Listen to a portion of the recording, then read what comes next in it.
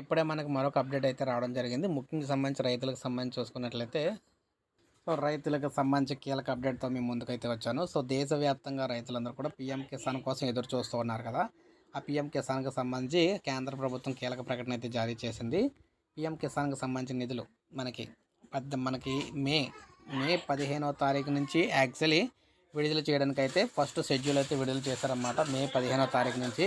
అయితే మే 15వ తారీఖున ఇవ్వడానికి గల కారణం చూసుకున్నట్లయితే 13వ తారీఖున అయితే మ్యాక్సిమం కొన్ని రాష్ట్రాల్లో పోలింగ్లు అయితే జరుగుతూ ఉన్నాయన్నమాట. అందువల్ల దీన్ని ఏం చేశారంటే మే 25న, ఎందుకంటే మే 25కి అన్ని రాష్ట్రాల్లో కూడా పోలింగ్లు అయితే అయిపోతున్నాయన్నమాట.